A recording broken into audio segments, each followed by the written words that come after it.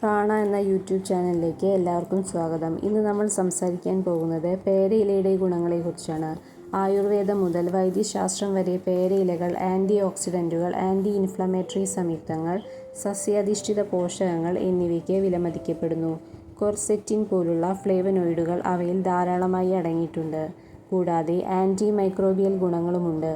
ഇലകൾ ഉപയോഗിച്ച് ഉണ്ടാക്കുന്ന ഏറ്റവും ജനപ്രിയമായത് പേരയില ചായയാണ്. ഇത് ആരോഗ്യകരമായ ചർമ്മത്തെ പ്രോത്സാഹിപ്പിക്കുകയും കണ്ണുകളുടെ ആരോഗ്യം വർദ്ധിപ്പിക്കുകയും ചെയ്യുന്നു. പേരയിലയിലെ നിരവധി ബയോ ആക്റ്റീവ് കെമിക്കൽ സംയുക്തങ്ങളുടെ സാന്നിധ്യം മനുഷ്യശരീരത്തിലെ വിവിധ ശാരീരിക ഉപാപചയ പ്രവർത്തനങ്ങളെ മെച്ചപ്പെടുത്തുകയും സ്ഥിരപ്പെടുത്തുകയും ചെയ്യുന്നു. പേരയ്ക്ക ഇലകൾ വിറ്റാമിൻ എയുടെ ശക്തമായതും പ്രകൃതിദത്തവുമായ ഉറവിടമാണ്. ഇത് കാഴ്ചയ്ക്ക് അത്യാവശ്യമാണ്. പേരയ്ക്ക ഇലയിലെ വിറ്റാമിൻ എ ചർമ്മത്തിൻ്റെ ആരോഗ്യം നിലനിർത്തുന്നതിലും രോഗപ്രതിരോധ പ്രവർത്തനം വർദ്ധിപ്പിക്കുന്നതിലും ശരിയായ വളർച്ചയ്ക്കും കോശവികസനത്തിനും പ്രധാന പങ്ക് വഹിക്കുന്നു. അണുബാധ കാരണമുണ്ടാകുന്ന വയറിളക്കം ശമിപ്പിക്കാൻ പേരയില ചായ സഹായിക്കുന്നു. കൂടാതെ രക്തത്തിലെ ഷുഗർ കുറയ്ക്കുന്നു. ഭക്ഷണശേഷം പേരയില ചായ കുടിക്കുന്നത് രക്തത്തിലെ ഷുഗർ ഉയരുന്നതിനെ തടയുന്നു. പേരയ്ക്കയിലയുടെ സത്തിൻ്റെ ഉപയോഗം ചീത്ത കൊളസ്ട്രോൾ കുറയ്ക്കാനും നല്ല കൊളസ്ട്രോൾ കൂട്ടാനും സഹായിക്കുന്നു. പേരയിലയിലെ പൊട്ടാസ്യം നാരുകൾ ഹൃദയാരോഗ്യം മെച്ചപ്പെടുത്താൻ സഹായിക്കുന്നു. രക്തത്തിലെ ഷുഗർ കുറയ്ക്കുന്നത് പോലെ തന്നെ ശരീരഭാരം കുറയ്ക്കാനും പേരയില സഹായിക്കുന്നു. ആൻറ്റി ഓക്സിഡൻറ്റ് ലെക്കോപീനുകൾ പേരയിലയിൽ അടങ്ങിയിട്ടുണ്ട്. ഇവയ്ക്ക് ക്യാൻസർ സാധ്യതകളെ കുറയ്ക്കാൻ കഴിയും.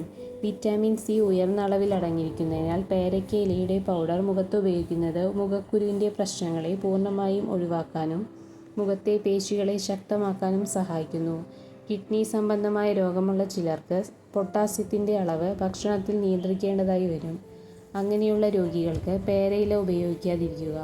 കൂടാതെ എക്സിമ ഉള്ളവർ പേരയിലയുടെ സത്ത് പുരട്ടുന്നത് എക്സിമ ലക്ഷണങ്ങൾ കൂട്ടാൻ കാരണമായേക്കാം.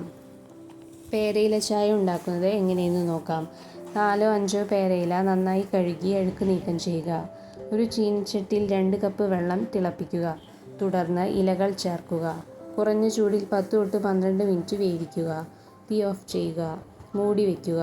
ചായ 5 മിനിറ്റ് കൂടി വയ്ക്കുക.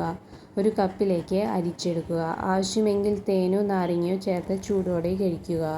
ഇന്നത്തെ ടോപ്പിക് എല്ലാവർക്കും ഇഷ്ടമായി എന്ന് കരുതുന്നു. ഇഷ്ടമായാൽ ലൈക്ക് ചെയ്യുക, ഷെയർ ചെയ്യുക, സബ്സ്ക്രൈബ് ചെയ്യുക. Thank you.